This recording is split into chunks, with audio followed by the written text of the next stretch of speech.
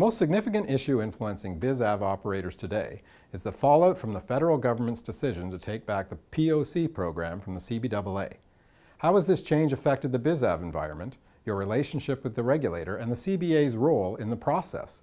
We asked our esteemed panel of experts these questions during Wings Magazine's first industry roundtable July 5th at the CBAA conference in Calgary. You can read the entire story in the September-October issue of Wings Magazine.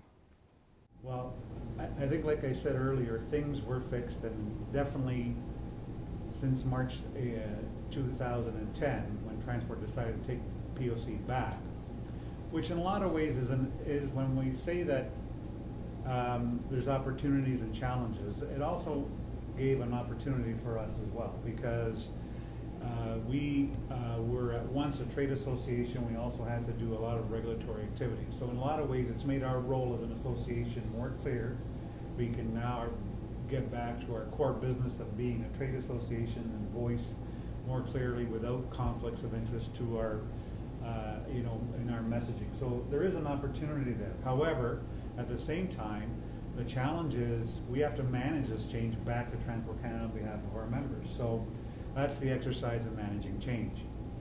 To say that Transport Canada was prepared when they made this decision is a complete falsehood.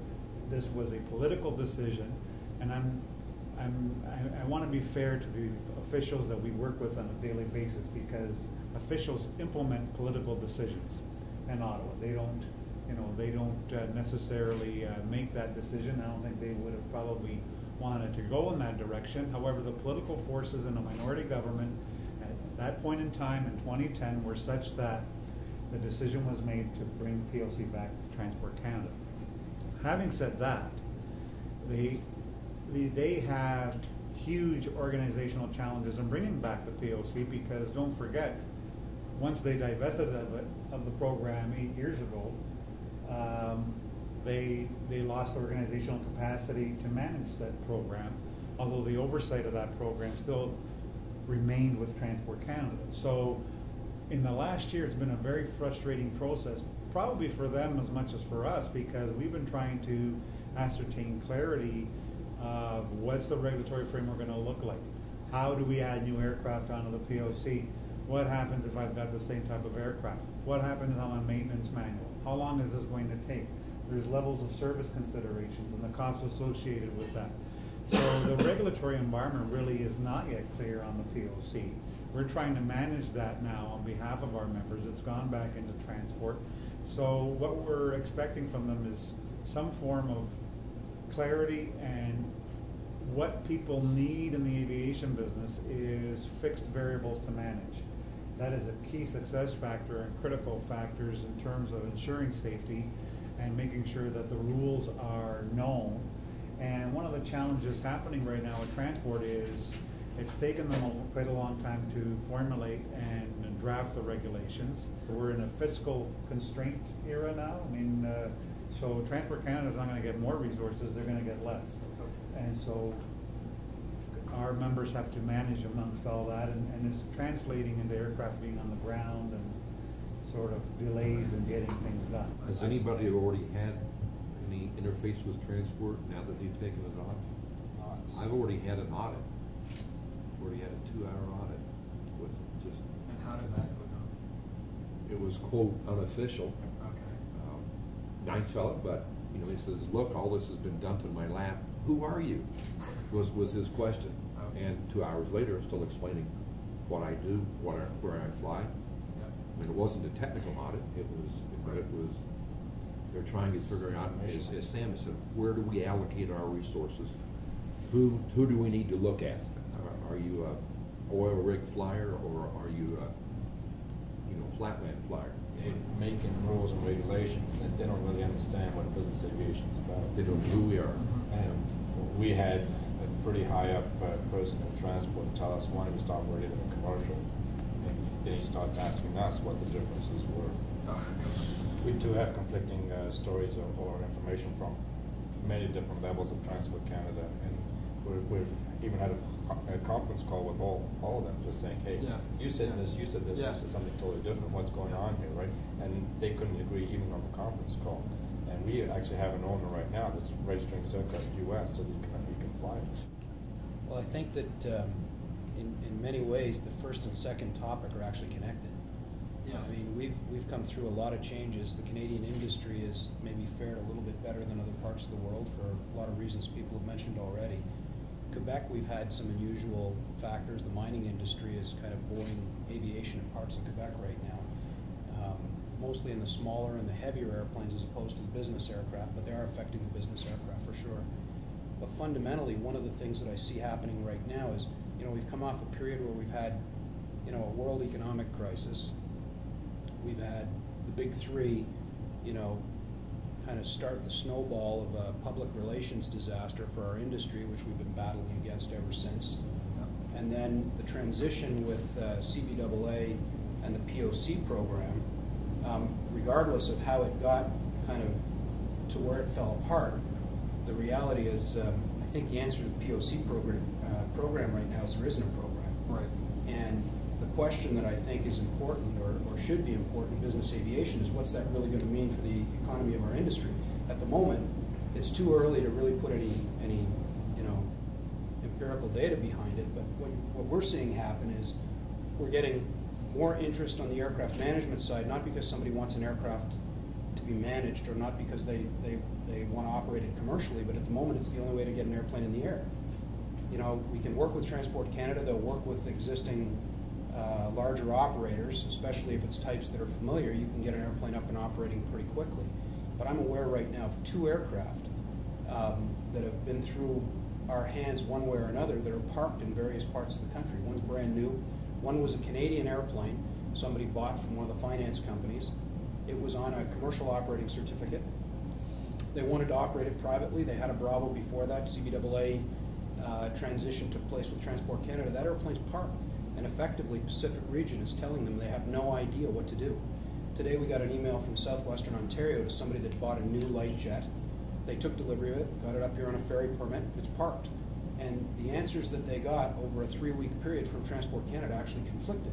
This is an employer of more than 500 people in Southwest Ontario. So you look at it, the tools are in effect being muted. So what's that going to do to the economy of our industry? The one thing that we had that was phenomenal with CBAA was service. You bought an airplane. Right. If you did a little bit of homework ahead of time, you could buy it Tuesday morning and fly it Tuesday afternoon. I mean, we're back. I remember, I think most people at this table would remember the old days of pre-POC time. It was typical as a Canadian operator that you buy an airplane and expect it to be on the ground for 3 months. Right. At least you expected it. Right. I think one of the most interesting or frustrating thing that through this whole transition period is a phone call with some senior officials, and they were to be providing oversight to the CBAA all along, and one of the delays that they said they had was before they can do this transition, they had to find out who we were. Yep. They had to, how could you provide oversight to an industry and you don't or a membership that you don't know who they are? So a month later, 3 weeks later, they send out an email to everybody in Canada, send us what kind of aircraft you have, what the registration is, who's the person in charge. I mean, it's so ridiculous how we could get to this point in an industry that's so important, and an association and a service that we're providing on behalf of our members, and far better than Transport Canada ever considered providing. And here we sit. Our hands are tied, or not tied, but our hands are being brought down, and there's no direction. You don't. Nobody in the field in Transport Canada knows who's making the rules or what the rules are. It's the typical thing. You get 3 Transport Canada inspectors together and ask them one question. You won't get an answer, because they'll look at each other, because nobody wants to look like the person who doesn't know, right? I'll give you my take on this. Sure. There's 3 major components to this. I mean, there's a lot of millions of subcomponents. Yeah. But if you start at 41,000 feet, like Mark was saying, Yeah. strategically, it would be lovely to hope that the government would see the light and change their mind. Yeah. I was privileged to go with Sam and a group to meet the minister a couple months ago. the welcome was, we're not going backwards. This was Mr. Strahl when he was the minister. He says, we can't go backwards, so let's work forward. So there was no interest to even open that door, and every discussion we've had has been the same. The problem is to get that kind of interest is not going to be with the people around this table. It's going to be with people at a much higher level who really don't want the picture of the airplane on the front page of the newspaper either. So I think we've got a real challenge trying to get that upswell of enthusiasm to say this is crap, let's fix it. I'd love to say it could happen, but I'm not counting on it. The second tier for me is the day-to-day stuff. We've been working with Transport a lot. There's no process to do anything right now. Right. They're working on it, they're talking about it. They should have had that figured out last March, not still talking about it in July like they are now. So the day-to-day, how do we get stuff done is still completely unknown, and as everybody's saying, there's a million opinions out there. There's also a huge lack of resources, and when you do get someone who's interested, they'll say, well, do you want me to work on your MEL or do you want me to work on this POC change? Because I can't do both. Or they'll throw in an airline, they're working on something with an airline or something. So they really don't know who we are and what we do. They've got no guidance, they've got nothing. So it's a real challenge on the day-to-day component of things. The third part to me is what's this going to look like in 2 years? Right. In a year and a half they've spent, we've got this mixed up interim order issue, which I read and don't pretend to care about trying to understand. They're talking about releasing in Gazette 1 in September-ish the new 604. There's huge issues around what's that going to look like, because if it's just going to be 704 minus, we've not gained anything. We've stepped hugely backwards, and the people building this, I really don't think know what we're doing. Right. So there are three completely different battles. You know, yes, I'd like to say there's a big picture that we can make this go away. I'm not holding my breath. Most of us are living the day-to-day and have to fight for it every inch of the way today. And I'm very concerned what this is going to look like someday. Right. And I don't know who's, I mean, well, obviously we're itching to see it, and we'll have a huge review of that, and we'll all be a part of trying to hopefully cut it in half and say this is not really relevant. At the end of the day, this is a very safe and efficient sector of the aviation industry that does not need a lot of ridiculous oversight, and yet here we are.